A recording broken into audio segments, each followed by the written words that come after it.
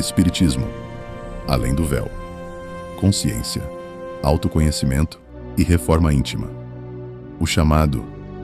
Há momentos na história em que parece que a vida pede para a gente diminuir o ritmo. O mundo continua barulhento, mas por dentro algo começa a incomodar. Não é medo, não é curiosidade. É como se a consciência estivesse chamando a gente para acordar. Talvez seja importante entender isso pelo olhar do Espiritismo. No Espiritismo, esse movimento não é novidade. Allan Kardec já ensinava que o progresso moral acompanha, ainda que lentamente, o progresso intelectual da humanidade. E sempre que o mundo entra em crise, moral, social ou espiritual, a consciência humana é convidada a amadurecer. É isso que muitas pessoas hoje chamam de despertar da consciência. Mas o Espiritismo nos convida a olhar esse tema com mais profundidade e responsabilidade. O despertar não acontece de uma vez só. Segundo a doutrina espírita, o espírito progride ao longo de muitas experiências, em diferentes existências. Nada acontece por acaso. Nada é imposto de forma brusca. O despertar da consciência não vem como um choque repentino. Ele acontece aos poucos, quando o espírito começa a se enxergar com mais honestidade. Kardec explica, em O Livro dos Espíritos, que o verdadeiro progresso se reconhece pelos esforços que fazemos para dominar nossas más inclinações. Ou seja, despertar não é acumular conhecimento, é agir melhor no dia a dia. E por que isso parece mais forte no mundo atual? Do ponto de vista espírita, a humanidade atravessa um período de transição moral. Não é catástrofe, não é elevação automática. É um momento em que os conflitos ficam mais visíveis para que possam ser trabalhados.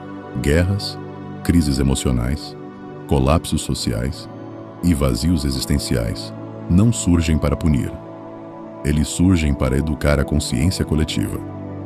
Emmanuel, através de Chico Xavier, nos lembra que a dor muitas vezes funciona como um aguilhão que desperta o espírito adormecido.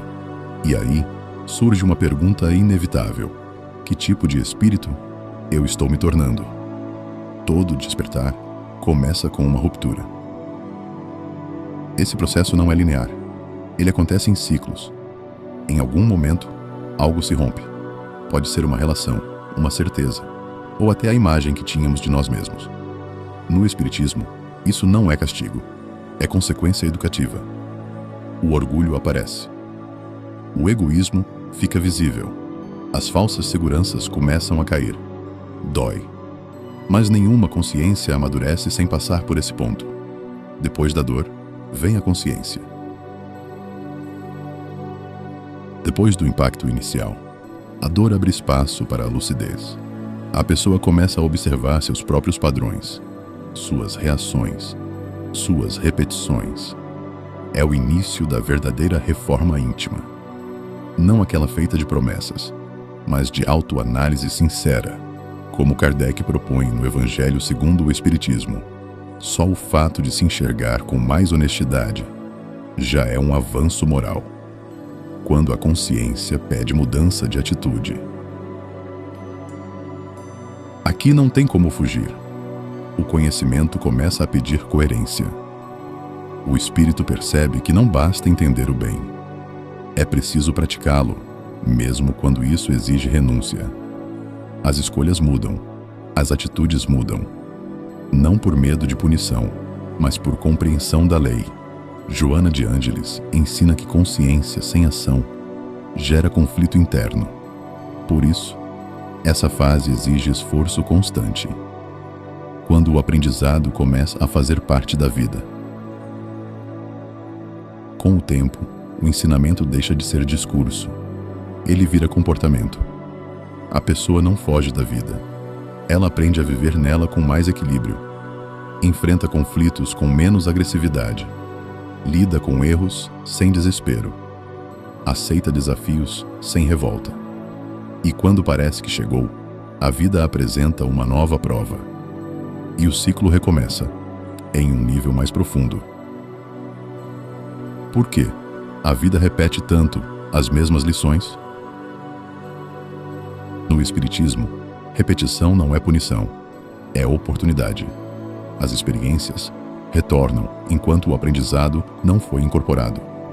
E cada situação que se repete faz uma pergunta silenciosa: o que ainda precisa ser compreendido? Quando a consciência aprende, a prova muda. Vamos trazer isso para a prática sem culpa, sem cobrança. Ao final do dia, vale se perguntar: onde eu agi de acordo com a minha consciência e onde ainda reagi no automático? Durante o dia, observar as próprias emoções sem julgamento já ajuda. Nomear o que sente é um passo importante. E quando algo se repete na vida, em vez de se culpar, vale perguntar: qual aprendizado isso está tentando me mostrar?